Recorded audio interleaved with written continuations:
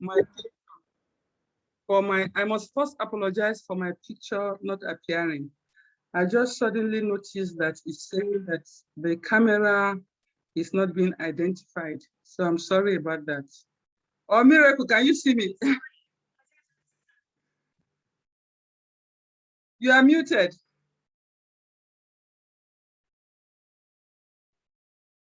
But I can't see you actually. I can't see you, but it's okay. We'll deal with this. Okay. Okay. So basically, we are talking about the power of choice, right?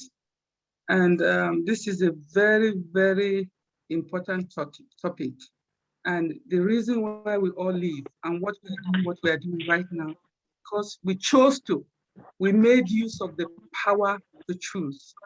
That's the power that we have. And the first thing that is important to us is the ability to develop that power. The ability to develop the power. Because many people have gone around not recognizing the power that they have to choose. Today, you chose to do what you are doing, Miracle. When I started Foreign Investment Network 21 years ago, I made a choice 21 years ago. I went around, I actually was living in Brazil about 1981.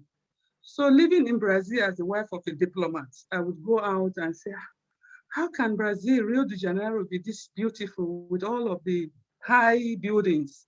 And what's happening to Nigeria? And yet they call us all together third world countries. I said, this can't be third world countries. So I started to tell people about what can you do for Nigeria? How can you help Nigeria? I kept on talking and marketing, which later on came out to be promoting and marketing Nigeria. It was a choice that I made.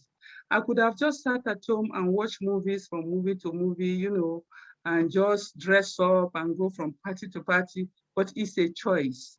So to recognize the power that you have is number one. I've watched students when I was teaching as just to fill up my time as a teacher. You look at a student who is studying mathematics. You came back from a math class. What did you discuss? Oh, I don't like mathematics. What happened? What did the teacher say? Oh, I just don't like mathematics. Okay. Did you write anything down in that class? Let me see what you wrote down. I didn't write anything down. It shows he made a choice. Perhaps he didn't know that he had the power to choose. Okay, if I am not understanding this subject, can I just write down what the teacher is writing on the board? Okay, you were there seated in the class. You didn't understand anything. Did you decide to ask the teacher, please show me? Did you ask somebody in the class, please teach me? All of these opportunities were there, but sometimes you didn't know. Talking to some students, they did not even know that they had the power to ask, to make that choice. So choice becomes a very powerful thing and tool that we need to live daily. We need to live daily with this power. Because every day as you move, even in the decisions you make, it determines a lot for you in the future. As I was reading earlier on today in my research, I was going through someone who was an addict, you know, cocaine addict. And he said every time it was difficult for him to stop. Every day he wants to stop, it was difficult. But he knew that he had the power to make a choice. And one day he decided, I'm going to make this choice. From today on, I will not take this thing again. It's a choice. Because he looked today and looked at his life tomorrow. What choice will I make?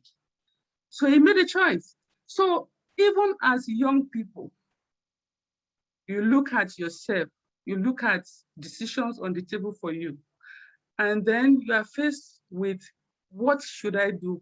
What can I do? I've seen many young people with big potential, but they have what they call something they like, hobby. They call it hobby. They love their hobby. But will your hobby pay your rent? Will it feed you? No, but they just love the hobby. So it's not understanding the power that they have, that they can make a choice. I tell people today, you do what will feed you, pay your house rent, keep you alive before you go and enter into what is called your hobby. You see what I mean, Michael, and everybody. And was this Dennis? I had connected with you on LinkedIn today. So these are the powers that we have as young people that will guide us as we take it daily, daily.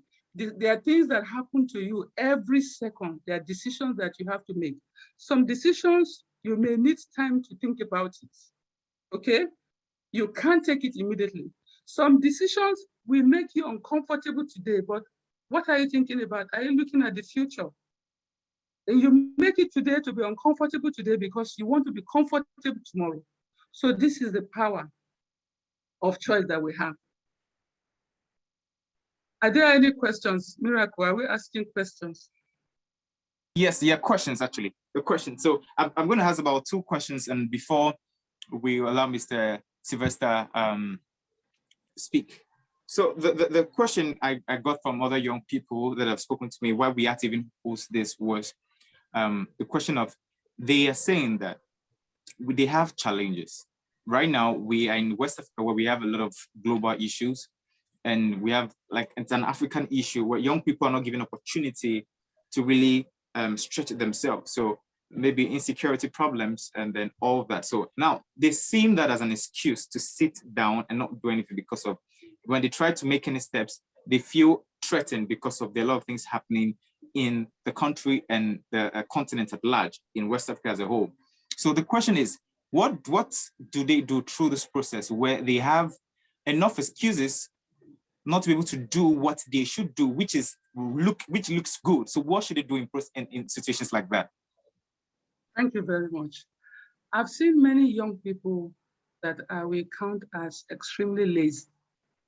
Some of them are lazy not because of their choice, because they are ignorant of what to do, because they don't know. Nobody has told them, nobody has taught them.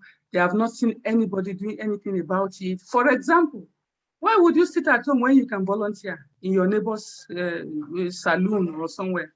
Why do you want to sit at home? Then you are blaming the government, you are abusing government every day, you are abusing everybody every day, and yet you have the brain, you have the hands, you can help. If you can't do anything, what stops you from washing the neighbor's cars? If you wash today, tomorrow, 1 week, 2 weeks, nobody will teach the neighbor before they start paying you. And that brings us to what we call volunteerism.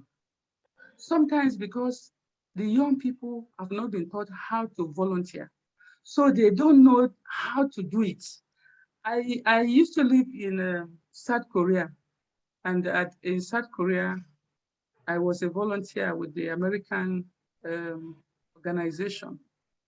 So every morning I will wake up at 7:30, and you can imagine if it's winter time, 7:30 is still dark. Wow. And when people hear that Mrs. Fayemi is working at the base, American base, nobody will believe that I was not earning a penny. It's unbelievable for Nigerians because they've never volunteered before. The culture is not in our culture.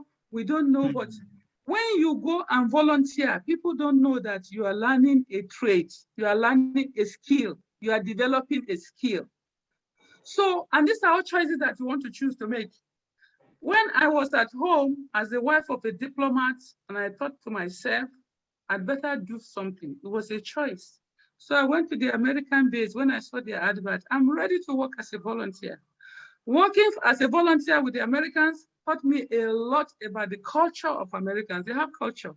It taught me about, because you had to be trained. So I went through the training. I did all of this, wake up early morning, go to work, come back, at least have some respect, and then have some knowledge. But for Nigerians, when they come, you tell them to do volunteer, they will not do volunteer. But however, it became clear when a kind of teaching system came out. You know, this teaching system is different from our Nigerian teaching system. This one, all ages are in the same class, but each child is in his own class. You see what I mean? All ages of from age 12 to 3, they are all in the same room. Each child is facing his own desk. You are in your different class. So I went for that training as a volunteer. Now, my brother-in-law that was with us, I advised him, you don't know about volunteering, but just join me. After doing that training for like 6 months, the day they were looking for teachers, who do you think they will offer the job to first? It's those who have done the volunteer. So people don't understand, many youths don't understand that go and learn a trade. From there, you can learn something. And then you can now get freedom, like they say freedom. And then you can start to earn your own income. So all of this also goes with choices. Some are ignorant, they don't know about the choices. Some know about the choices, they are lazy. And some have the potential to do it, but they choose to look other way, only to blame the government, only to blame their parents, only to blame insecurity. What insecurity is there between you and the next 2-3 houses in your place? You feel too big to watch the cars of the neighbors. You feel too big to clean the areas. If you clean today, tomorrow, after 1 week, neighbors must give you some income. Am I right or wrong? Sylvester. So I think volunteering is what I will suggest for the youth to do for now. And for some who are just a little bit above just sitting at home, I advise them, they say they don't have a collateral. And I always remember this Zimbabwe guy, I think he started the Econet, right? He said that he was the collateral of himself at the time he was looking for money. People say, I have no collateral, I have no collateral, which bank will give me money? But today, did you try to work between A and B, collect your 10% commission, then go and do another A and B, collect 10? If you do it in 10 places, miracle, how much do you have? 100%. You cannot start your own business. You've collected 10 in 10 places. But all the youth, they want it easy. They want them to they want to just see big office at once, and they want to start receiving income. When indeed, they have not gained the knowledge that has been there for them for free. Wow. Yeah, okay. These are also choices. Okay. So, Matt, one of the reasons why we actually put up this conference is to really help young people and to actually rewire the mindset of young people.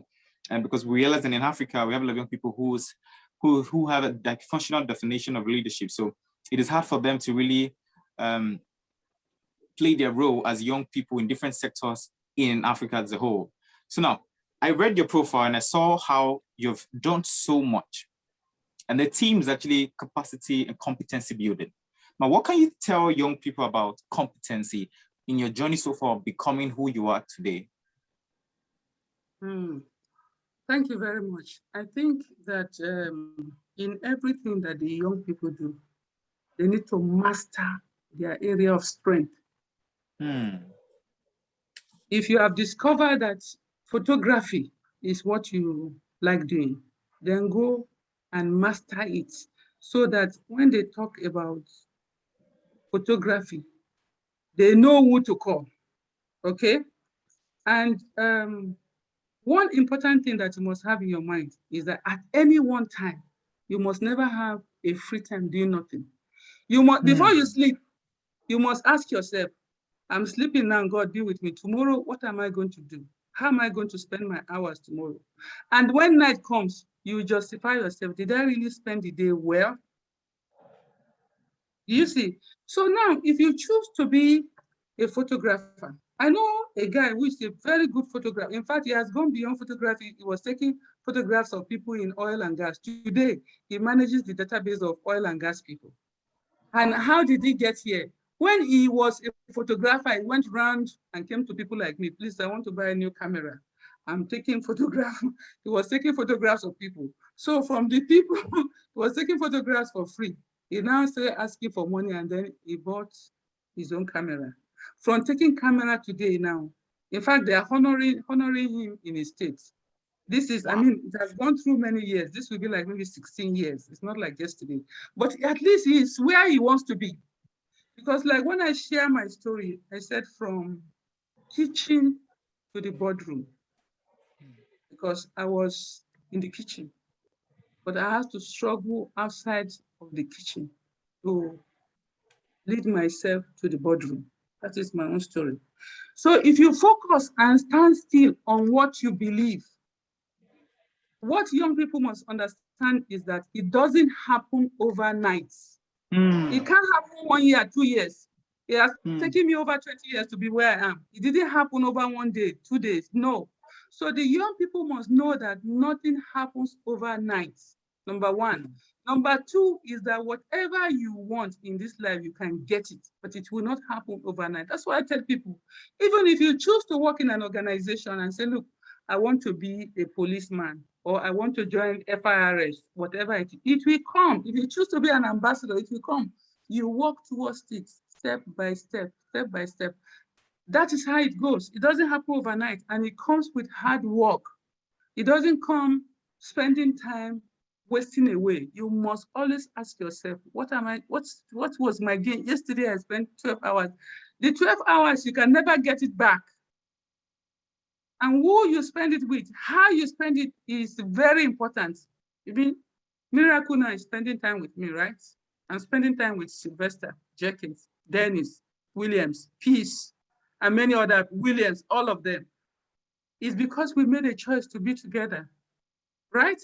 So, and because we choose to deliberate on this power of choice, to be able to benefit from it, not only for ourselves, for others.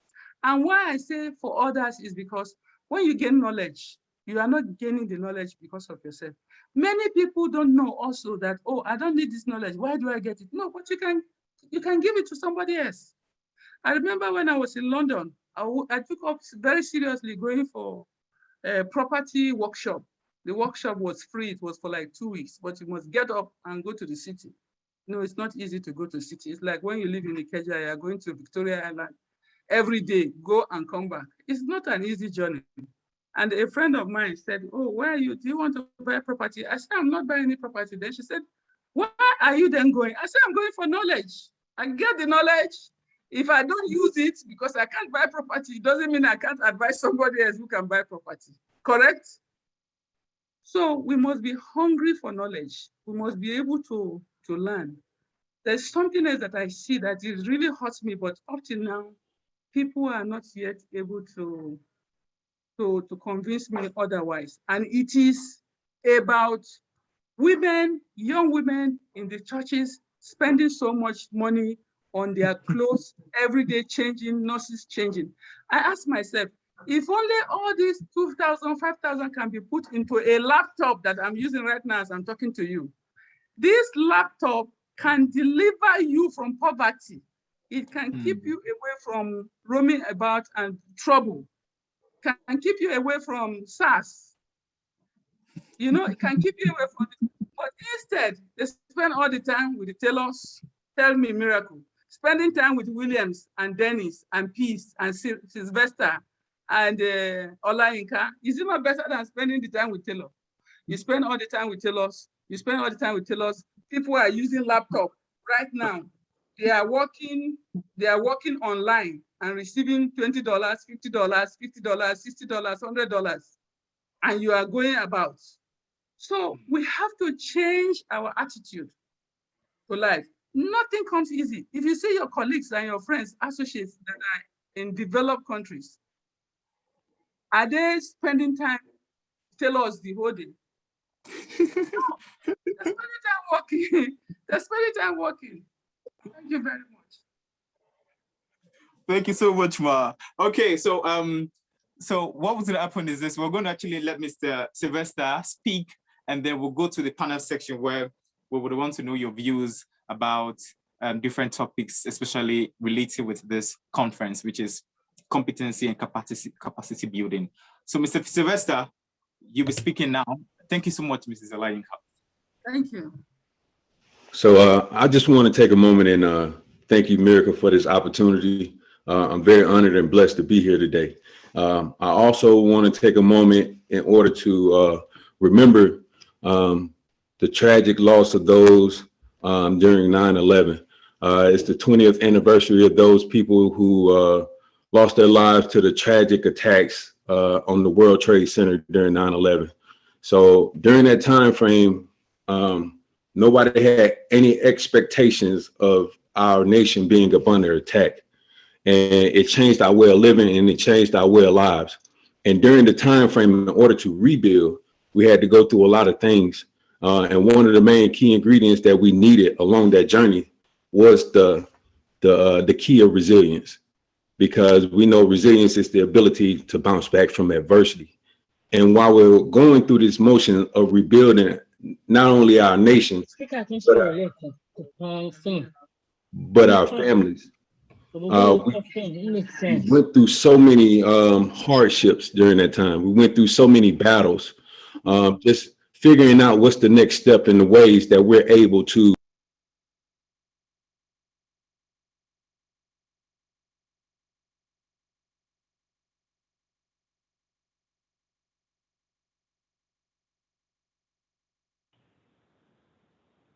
You're on mute, so. and when that time occurred for me, it was just like a regular day. And the regular day was just like me going into work, just like any other day.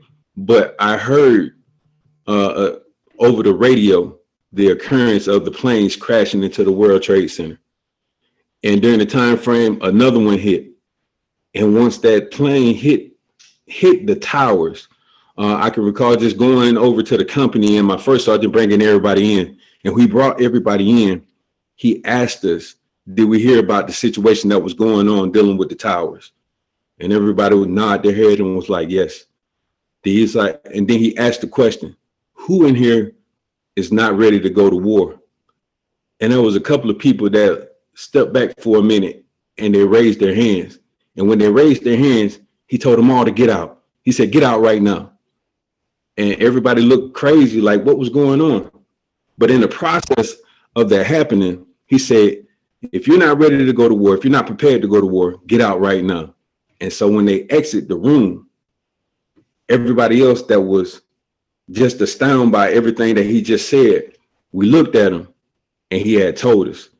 He said, everybody in this room signed a contract to serve and defend this nation. If you are not ready to go to war, you're not ready to do anything but get somebody killed. He also said that it's okay to be nervous because that means you don't want to fail. But if you're scared or afraid, that means you're not ready to do anything with your life, that you won't move forward with your life, and that you'll possibly get somebody else hurt in the process of trying to save yours. So I think I talked to you before about the one situation with me not having the confidence or belief in being a leader. I did not have any of that due to my upbringing and what I've heard and people told me throughout the time span of my life. I grew up in a single parent home. I grew up without my father. So I dealt with so many issues as far as identity, as far as masculinity, as far as just having that confidence. And during that time frame of that deployment or getting ready to go on that deployment, I had an opportunity to speak with one of my soldiers and his family. And he had spoke all these great things about me, which gave me the encouragement. It helped me to realize of the influence that I had on the individual. And when his mother had told me to please take care of my son, to bring him back home safe, to guarantee a promise that you know you have no control over is a whole nother level. For this person who gave birth to this person, to give birth to this individual and bestow that opportunity on me, showed the level of trust that she had for me as far as me being a leader. And it just set a fire in me that continues to burn to this day. And I never let go of that moment because it's so significant to me, because it inspired me to become who I am today. But in the process of going along that journey, I feel that there are several qualities that all leaders should have. And those several qualities are influence, effective communication, servant leadership, self-leadership, motivation, goal setting, and also teamwork. These are all qualities that I feel all leaders should have. But none of this would be possible without having the right mindset and a winning attitude. You have to have the right mindset, because without it, you will fall short in a lot of things that you do. Because if you don't believe in yourself, nobody else will. It starts with your mind first. The Bible says, so as a man thinketh, so is he. The Bible also says, life and death is in the power of the tongue. So what are you telling yourself? Are you saying that you're this powerful leader? Are you saying that you're phenomenal, that you're great? Are you saying that you can overcome any obstacles that you might face? Because if you're not having these conversations with yourself, and if you're sitting there telling yourself that you can't do certain things, you're already failing yourself and the people around you at that moment. So I came up with this idea of something called the 4 canteens of life. The 4 canteens of life is, so we know that majority of our body is made up of water. Over 60% of our body is made up of water. By drinking out of these 4 canteens that I'm about to share with you today, you will be able to stay hydrated and live a long and prosperous life. So these 4 canteens are the mental canteen, the spiritual canteen, the physical canteen, and the social canteen. So when we look at these 4 canteens, our body is a temple, it's a vessel that continues to have this way of life, that some things that we can't control. And all this ties into resilience, into the capabilities that we know. Resilience is the ability to bounce back from adversity. But in order to bounce back from adversity, you have to drink from these 4 canteens. And when we think about the mental canteen, right? So the mental canteen comes from having or developing a growth mindset. A growth mindset is an empowering belief. It says that if we put in the work and we don't limit ourselves to the things that we're capable of doing, that we can achieve anything that we put our mind to. And in the process of developing a growth mindset, we have to look at certain things that we have around us. And one, we have to make a commitment to ourselves. We have to take that opportunity to take ownership. We have to take that opportunity to take accountability and responsibility of where we are, because we cannot change. Nothing can change around us until we change. So we have to make sure that we make a commitment to ourselves starting out. And I advise everybody to dedicate only 1% of their day in order to increase their self-development. Just 1%. That's just 15 minutes of your day for self-development. That's all it takes.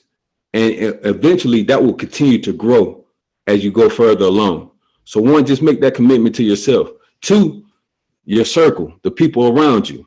I know it was just spoke about just a minute ago, just making sure you're in the right room. You're in the right atmosphere of people who are like-minded, who have the same ambitions and goals and dreams that you do, who are willing to sacrifice whatever it takes in order to become better than they were yesterday, who are willing to do the things that in becoming who they are bestowed and blessed to become. Because I feel that everybody was created on purpose, for a purpose, with a purpose. I say that when you go through the trials and tribulations, it's only God trying to get your purpose out of you. So sometimes you're going to have to go through the shaking. Sometimes you're going to have to go through the beating. And sometimes you're going to possibly have to be broken in order to fulfill your purpose. But you can't get discouraged when going through these things. And this is where resilience comes into play. And I feel that resilience is so important when going along this journey. And it has to deal with your attitude along this journey, because if your attitude is not right, then you won't be right. This is when I tell people they have to be a thermostat and not a thermometer, because when you're a thermostat, you control the environment. This is more of emotional intelligence. Emotional intelligence is just having that self-mastery on yourself, that self-awareness, that self-regulation, and then having that empathy, not sympathy, but that empathy in order to view other people's opinion from where you are right now, and then have a better understanding on how to dictate and determine how you react to certain things you do. This comes with a lot of listening. You have to be able to listen to individuals in order to have a better understanding of where they are. So when you think about that mental canteen, and that's where that comes from. So then when you go into the physical, the Bible also said our bodies are a masterpiece, that we are a masterpiece. So when we think about our bodies being a masterpiece, that this is our greatest investment. This is one of our greatest investment, ourselves. So what are you doing in order to make sure that you live long and prosper? What are you doing in order to make sure that you continue to develop and grow and be able to live this life that you want to live? So we know as humans that having a strict diet or exercising is good for us. But how come so many of us choose not to do it? We know this is the right thing to do, but we choose not to do it. We know that smoking and doing drugs are bad for us, but yet people still go into that realm of doing those things. But why? you know right from wrong, but you still choose to go down this path. But I tell people to invest in your physical canteen, so therefore you can develop, those things of resistance, to develop that discipline, to develop that consistency in order to proceed in investing in that temple, your masterpiece. And some of the ways you can do that is by starting out with exercising. Exercise is not just good for the body, but it's good for the mind as well. It releases that happy chemical called endorphins in order to put you in a better place and provide oxygen to the brain so you can make better decisions and you can think better along that path. And you always feel good whenever you get done investing in yourself. Just a temporary moment of pain when exercising can last you a lifetime if you continue to go down that path. So you want to make sure you have that physical canteen going, and you don't have to go out here and do this rigorous exercise like you see some people do on TV. I'm sure it took them time in order to develop that, but you can start out just by going for a walk, doing 15 to 20 minutes of aerobics. These are, small things that can develop over time and grow bigger and put you in a position where your temple is great.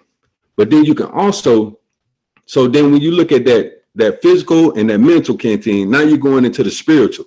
Where's your faith at? Where's your faith going? Because we know by, making sure that we seek ye first the kingdom of God, we will be able to renew our minds in everything that we do. So you want to make sure that you have a spiritual foundation, but at the same time, everybody does not, doesn't have the same religion. So it doesn't have to always be about religion. You still have things out there like yoga and meditation, so you can do these things in order to renew your mind, have a better outlook on when it comes down to your spiritual foundation. But I always feel that a spiritual foundation gives you a stronger sense of hope. Your spiritual foundation will always give you a stronger sense of hope. And then your social. Now, we spoke about earlier as far as the people around you, right? The people that you connect with, the people that you interact with, your proximity can dictate a lot of things that you do. So you want to make sure that you're hanging around the right people, the people that are going to motivate you, the people that are going to encourage you.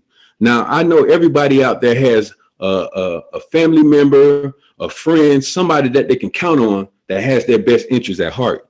So you want to reach out to these people in order to be able to vent, in order to be able to get the best advice needed, in order to continue on living this prosperous life. So those are the 4 canteens of life that could continue to help you to grow throughout your trials and tribulations of the things that you deal with.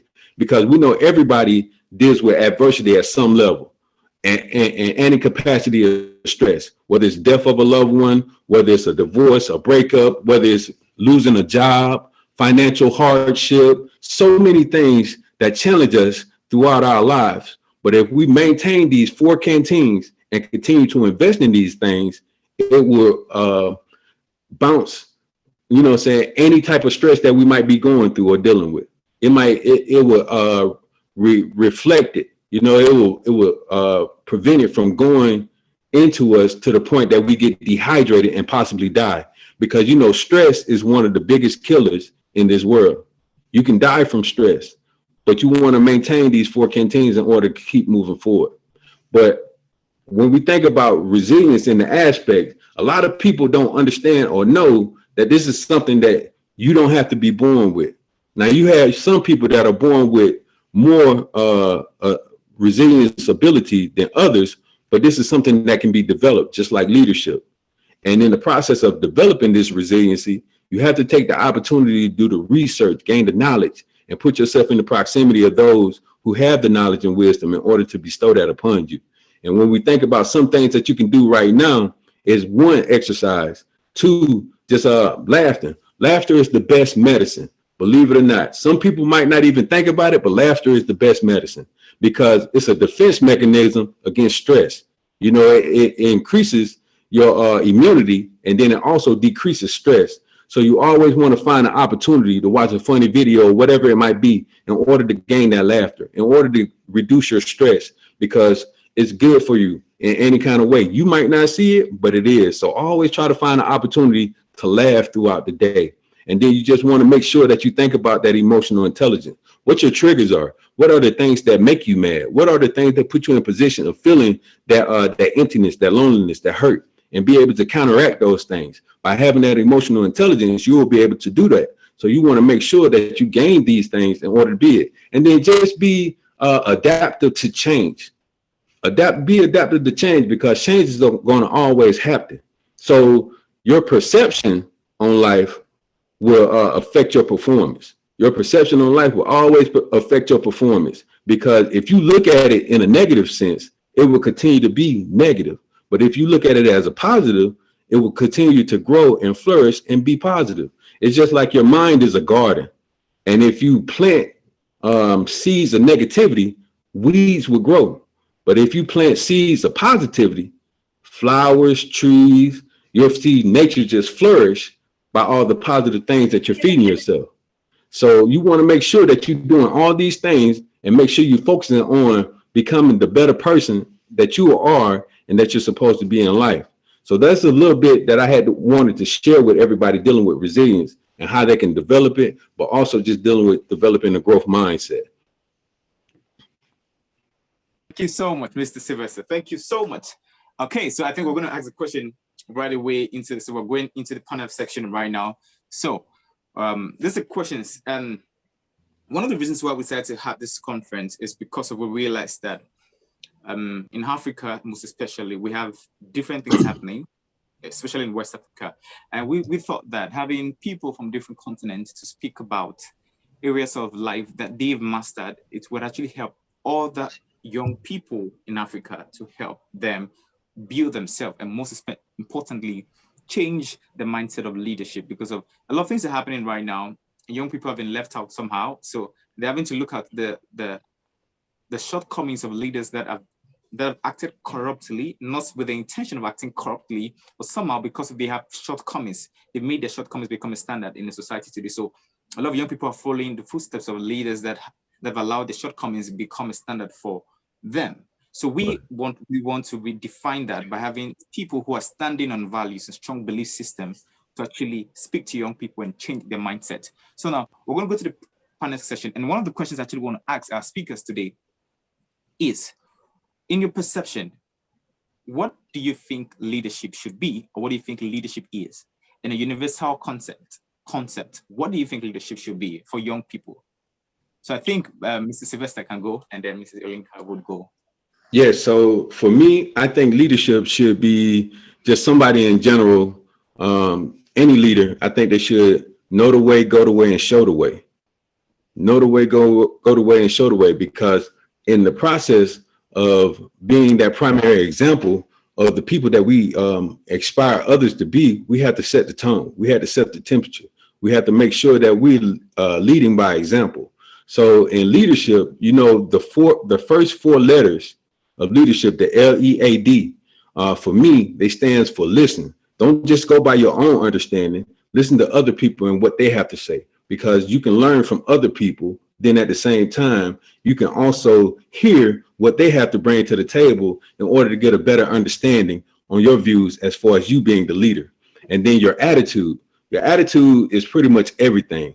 You know, the way we conduct ourselves, the way we carry ourselves, the way we hold ourselves is a reflection of who we are internally as far as dealing with our attitude. So we got to become and act as we think. So if we want to be this leader, we have to make sure our attitude is on point. And then just that emotional intelligence. We can never deviate from just gaining this aspect, because remember I said it was a level of empathy that you had to gain, not sympathy. So you want to make sure that you're doing the right thing and holding others accountable and yourself along this process. And then just having that dedication and that discipline. That dedication and that discipline will take you a long way. You have to be obsessed with leadership. You just can't just lead without having a strong foundation dealing with that leadership. So that would be my views on the facts of leadership. Thank you so much, Mr. Sylvester. Okay, Mrs. Olayinka. Yeah, thank you very much. And I really have learned a lot from what Sylvester have said. Thank you very much, Sylvester, for your contribution. It's really, really apt. Thank you for that. We're talking about leadership. You know, there are different types of leadership. There is the authoritarian leadership, participative, and delegative. I will always want to encourage participative, in my own opinion. That's the kind of leader that I preach. Okay, but in leading, as a leader, you must always know that people are watching you and you want to leave behind a legacy. So if you are leaving behind a legacy, then people read your own attitude first before you even speak it. Acting it becomes more important than speaking it because people can read, young ones can look at you. And just like Sylvester said, that you can only learn a lot from what people have shown you, people around you. Without them, you are nothing, you know nothing. So you then have a choice of where you want to be, who you want to be with, and how you want to go about it. So that becomes connected to the choices you make as a young person growing up. So this is what I can say for now.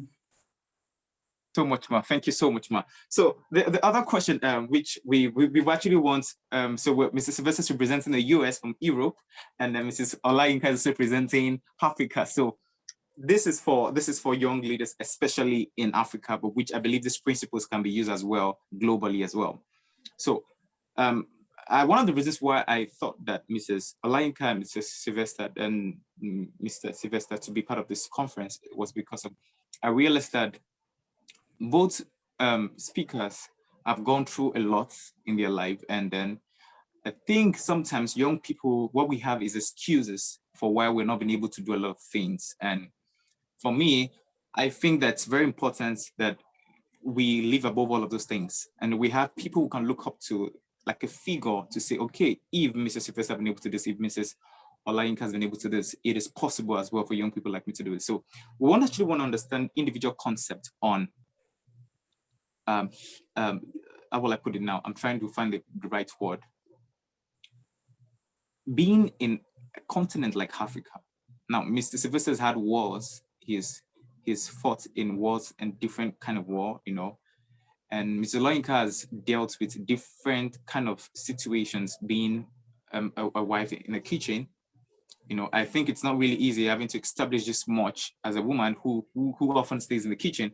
You know, it might look, oh, it's just kitchen, but I think that it's somehow like challenges surrounding everything. That's why I thought Mr. Sylvester should speak on resiliency. What can you say, Ma, about how young people can be hopeful about the future where there's no hope to hold on to because of presently right now in Africa, a lot of things are happening, adoption there and there, and now young people are scared. Young people are scared and they don't even want to even participate in anything that's to do with leadership, but except for the fact that he will bring in money. So somehow young people have left the place of, okay, this is what value I can add. And then in return, we earn for the values we are adding. So what can you tell young people about hope in a situation where it looks there is no hope, you know? So basically hope for young people. Yeah. Thank you very much. I think that growing up as young, as a young woman, they might have not taught us how to get hope in situations that surround us. But being a mother and having seen children grow up, I realized that what we call mentoring is very important. Young people must seek mentors. They must identify people who they wish to be like and people they believe they can learn from and approach them. Because if you don't approach them, how will they know? I remember when I was in Zimbabwe and there was a lady, her name is Dr. Ali, medical doctor. She was a mother, a housewife, a professional, and I really admire her. So I was telling someone that I admire this woman. She's a housewife, she's a mother, taking care of children, cooking and taking care of the home, and also a professional with the UN. And someone said, why don't you tell her, let her know so she can mentor you? And I'm telling you sincerely, when I told her, she sat me and told me about life. She wouldn't have come to me, but because I went to her. So young people must identify who are the good mentors. So the mentors, like I've seen with my children, as they are growing up, they identify who they should go for mentoring, and it has helped them. So just a few days ago, a parent came to me and said, "Oh, my son is 24. What do you think?" I sent the son to my children. I said, "Go and get mentoring." And I reminded my children, "You remember 10 years ago, you were in this situation. You were going from one senior person to the other to mentor you." So one way that you can have hope is to identify those who can mentor you, and then they can teach you. Just like Sylvester said, he grew up from a single parent home, and he has learned a lot. What he has learned has shaped the way and manner of his life. And that comes to, and I'm happy that he mentioned phrases from the Bible, and it reminds me of the passage in the Bible, Deuteronomy, that says, "Today I have given you the choice between life and death." It's a choice between blessings and curses. Now I call on heaven and earth to witness the choice you make. Oh, that you would choose life. And God said, "I'm giving you two choices. One is part of life and one is part of death. One part brings Jesus into situation. One part allows enemy to work." So if you have this in your mind, if you're a Christian, similar thing is there in the Quran. You're a Muslim, this is also what is there. So you use this to guide yourself. If you don't belong to a group, it's time to belong to a group. Living alone, a tree cannot make a forest. You must belong, but you must take time to choose where you want to belong. And then together you can be stronger. As you know the adage, they say if you run alone, you can only run faster when you are in a group, right? So these are the opportunities that are there for the young people. And truly, young people have a lot of opportunities because they are just still growing up, right? They only have to know where to choose and where to tread. Thank you very much. We have 8 minutes more. Mr. Sylvester, up to you, sir. Yes, so for me, I totally agree with what you just said, but I also think in the process of doing that, every day you're giving two things, and that's a chance and a choice. Now, Yeah. some people, they might feel as though they have no chance, right? Like you said, people lost a sense of hope, but you have to make a decision. You can't go to the wizard and get bestowed like a new brain. You have to truly want better from yourself. And so many people want two things that people want: success and happiness. Those are two things that a lot of people want: success and happiness. I don't want to continue to live in this environment. I want to live in a big house, nice cars, and all these things. And I want to have a family and be happy. A lot of people want these things, but they're not willing to separate in order to elevate to that level. They're not willing to put in the work, the dedication, the commitment in order to get to that purpose. But then just putting yourself and finding that mentor, make sure that you somebody who is already at that level that you want to be at, and just attach to them. Grab onto their leg, reach out to them. Don't hesitate to ever put yourself in a position where you feel uncomfortable, because the only way you will grow is that you got to get comfortable with being uncomfortable. And if you're not taking the opportunity to doing that, you'll be stagnant and stay where you are. So you got to put yourself out of those elements where you feel that you won't be able to find that sense of hope, to find that person that's being able to pull you to that next level, to prepare you to wherever you're striving to be. So you want to make sure you just put yourself in those proximities, that environment, and make sure you're latching on to the people that's like-minded and want the same things that you do. So that's my intake on that. Yeah. Wow. Thank you. Okay. Thank you so much. Okay. So before the last question, this is all the question I want to ask. Then the team is capacity and competency building, and one of the reasons why we gave this team was because we realized a lot of young people have so much potential, and they have so much dreams, big dreams, and all of that. But somehow we realized that they feel like they're not really using much. So the question is, what what do young people do with so much potential? What's the role of competency and capacity in building, maybe for young people that are in the tech sector, for those who are in the entertainment sector, for those who are in the pastoral sector, for those who are in the religious sector? What is the role of, what do you think, what both of you think about the role of competency and capacity? Do you think it's very important, or it's not so important like it is? Of course, it's very important. If there's anything a youth should have, is to develop the skill that he has and become an expert in that skill. That shows your competence, right? It's only when you have competence in what you're doing that you can be relevant. If you say you are playing music in the church and you have not gone outside of church hours to go and improve yourself in learning the drums, in doing this and all of those things, how can you be relevant? How can you have the competence? You are not helping yourself. But if you go to church, you're a member of, I've seen people grow in the churches. They come in, they join the choir, from choir, they join the band, from band, they become experts in the drums, in all kinds of equipment, because they chose to dedicate their time to become skilled and competent in the area of their choice. So this is very, very key. It's very key that the young people must know that they cannot be cold, they cannot be warm. They can either be cold or be hot. You cannot be warm. So if you are going for it, then go for it well and be very competent, and people know that this is your area. You know your skill well. So this is very important for young people.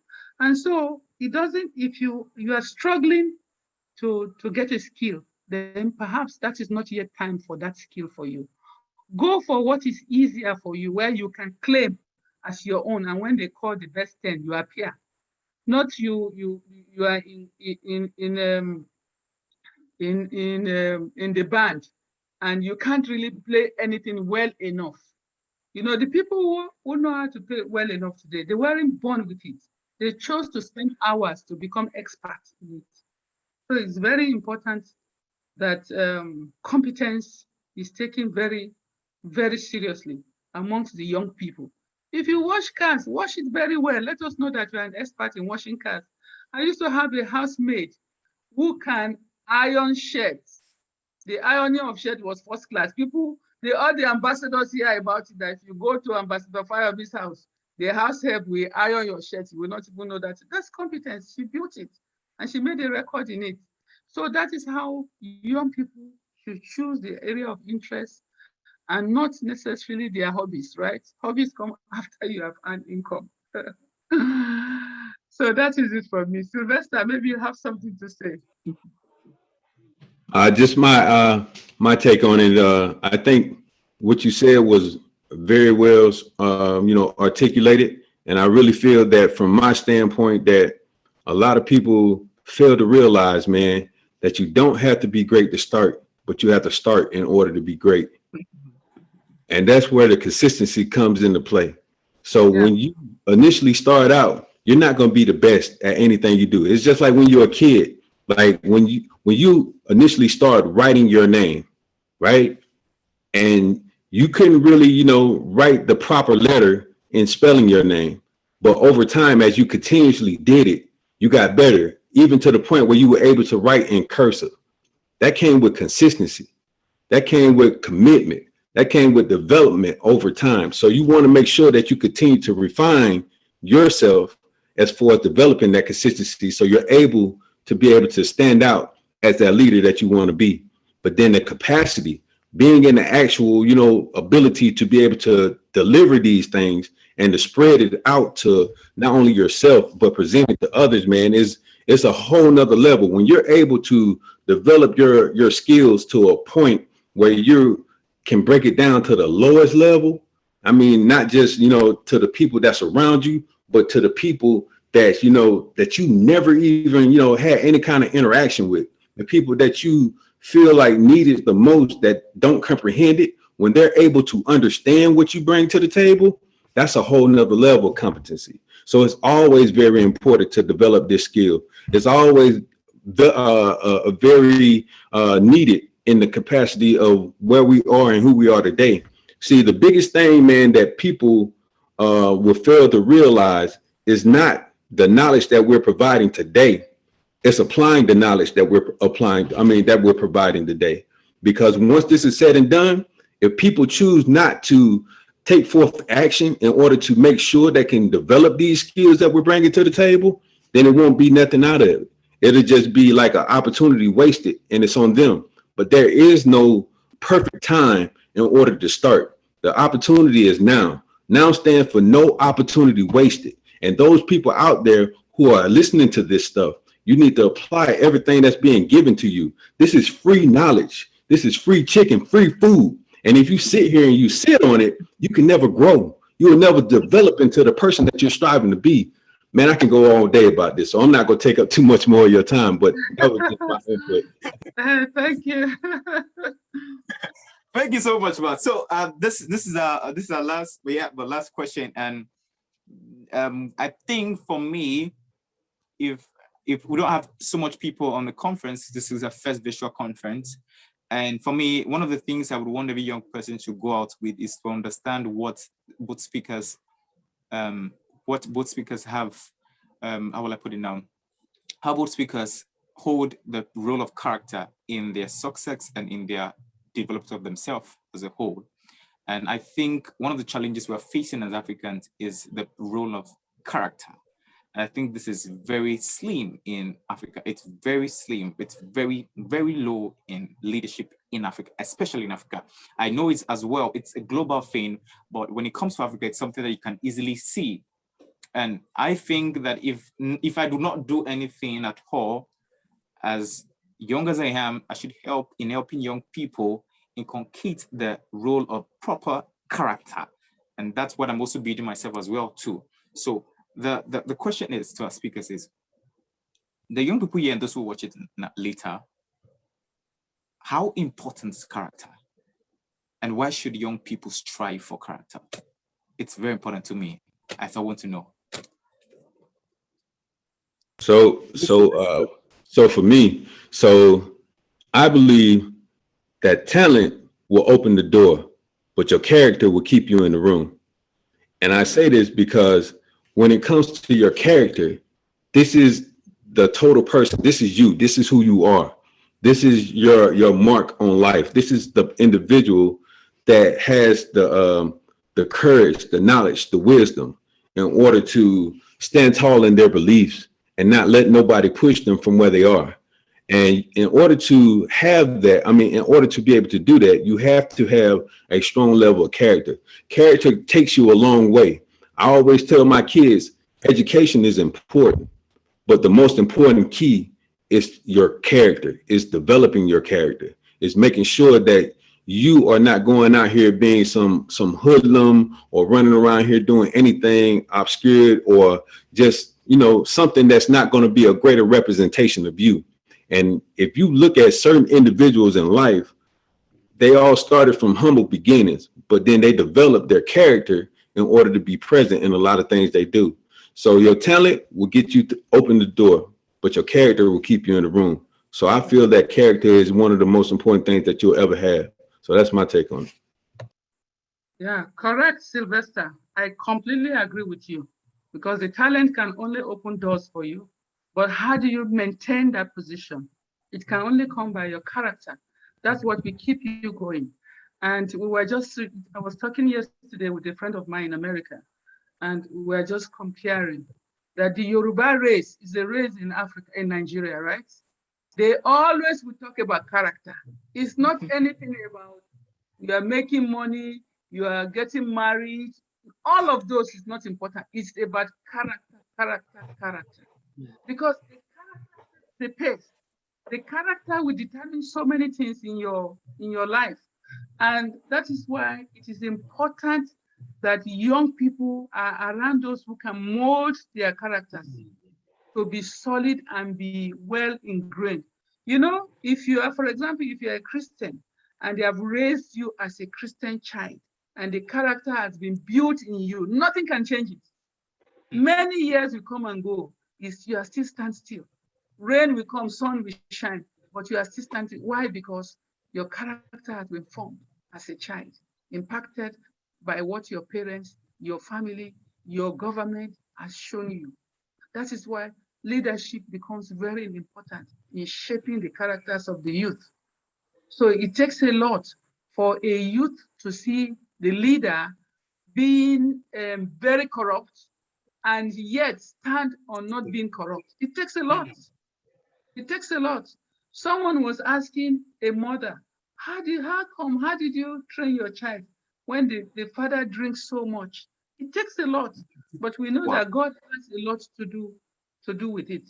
But then for a child to decide and say, I'm not gonna drink, even though I've seen my uncles, my father, my everybody in my house drinking, but I'm not gonna drink, I'm not gonna smoke, I will not smoke. It's character. So character is very key. And young people also, they need to create for themselves. You cannot say, oh, I'm hopeless, there's no hope. But ask yourself today, what can you do? What can you to do? I was sharing with a parent a few days ago, and when they were sharing about their son, about school and all these kind of stories, I said, look, my son suffered a lot before he got a job. But all of this suffering we didn't know was preparation to face the life, right? He didn't find it easy. Then his case becomes different from somebody who found it so easy. Because for him, he had to write so many invitations, and you can imagine every applications rather. You can imagine every day you get a response and they say, no, no, no. Tell me how you will feel. I was encouraging a short guy, a younger child. And I said to him, all of these things that you are going through is to prepare you for life. Because now, my son has known that now it's not easy, and nothing is easy, because even before he got his job, he had to suffer. He received so many rejection before, and that led him to starting an NGO. The name of the NGO is Get That Job, because he saw that to get a job was difficult, but what must I do now? Now I have a job, but I can help others. So he started helping others and telling them this is the way to do it. This is how the steps to take to get a job. So he had to go through that experience to be able to create a platform where others don't have to suffer like that. And the same thing with the sister. The sister made a career mistake in her career. And from that career mistake, she created now climbing the corporate ladder. So teaching people how to climb the corporate ladder, because people don't know too. So, but what I would like to teach people is first mothers, because firstborns are suffering when it comes to corporate ladder climbing. So thank you very much. Thank you so much, Ma. First, so, okay, Ma. Thank you so much. That's very powerful. Thank you so much. Yeah, okay, I mean, you can continue your debate. There's no problem about it. It's just that I have. Okay, well, thank you so much, Ma. Okay. So, Ma, before you leave, we just want let's say about 30 seconds. What is that one thing you want young people to know before you leave? One thing you want young people to know. One thing. Okay, I think she's gone already. Okay, she's gone already. Okay, so Mr. Sylvester, we're going to before end the section. I'm not gone.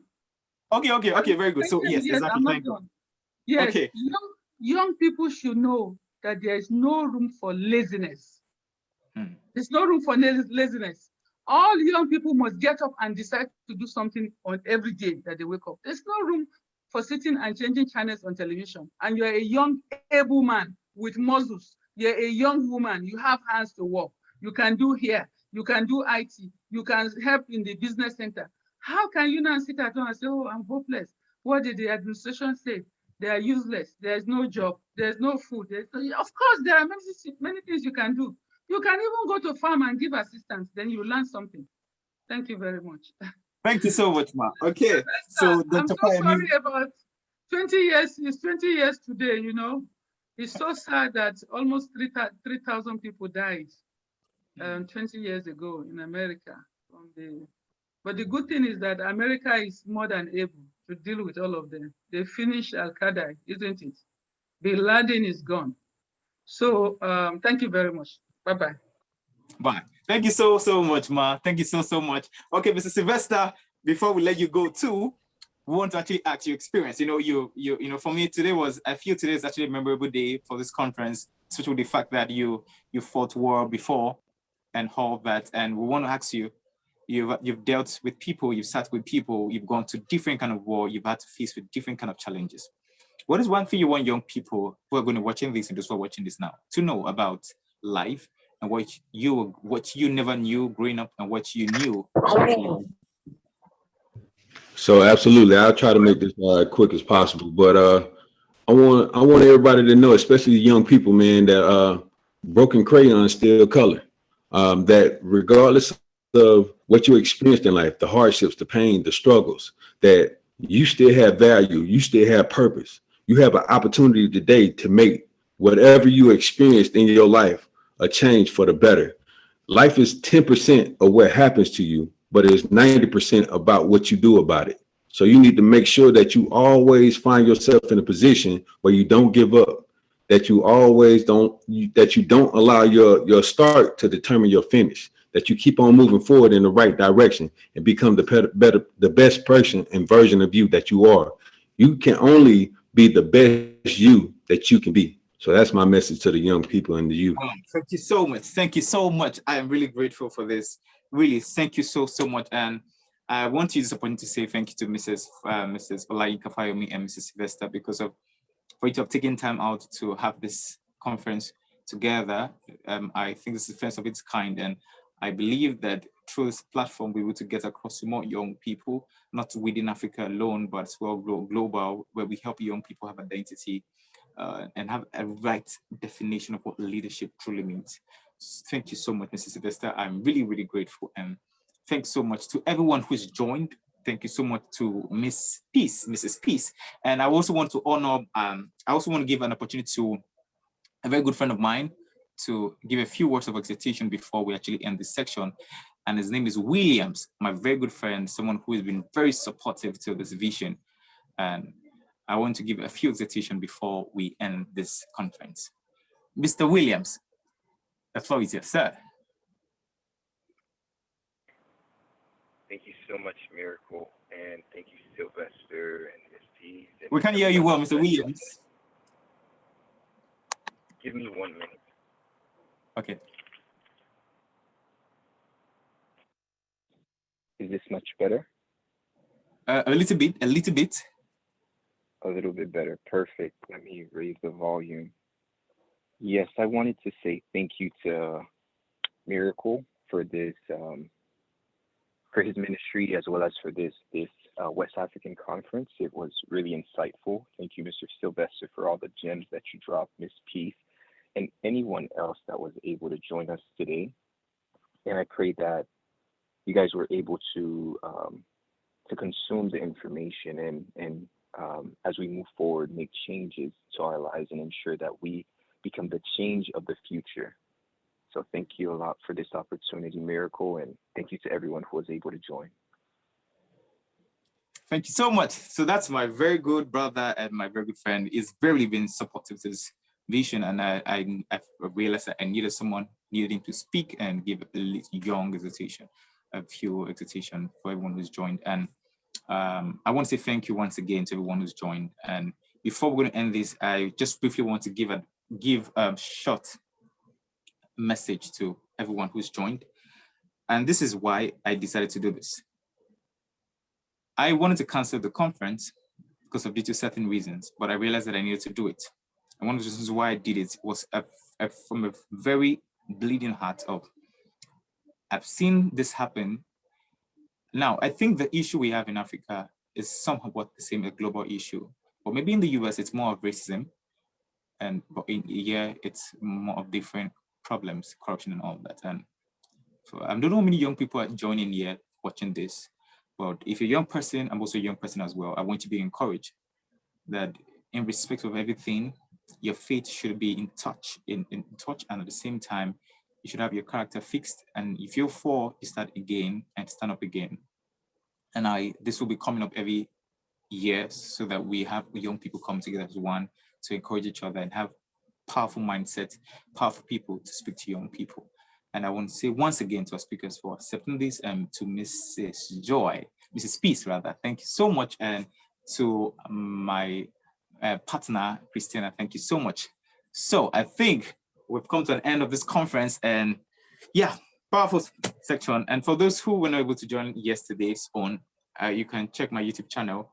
You can get the video there, very powerful section with Mrs. Aruba and then Dr. Akim. So please, thank you so much everyone for joining. And please, if you have any question, want to give questions to about 2 or 1 people before we end this quickly. So if you have any question, please, could you signify and then we'll give room for you to ask. Okay. Okay. So I don't think we have. Do we have anyone having any question? Okay, okay.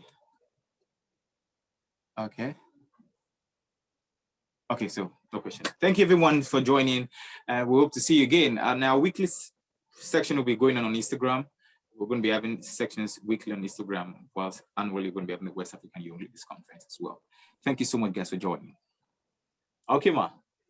Thank you so much, Ma. Bye. Okay, bye-bye, everyone. Mr. Kayode Egbon, thank you so much.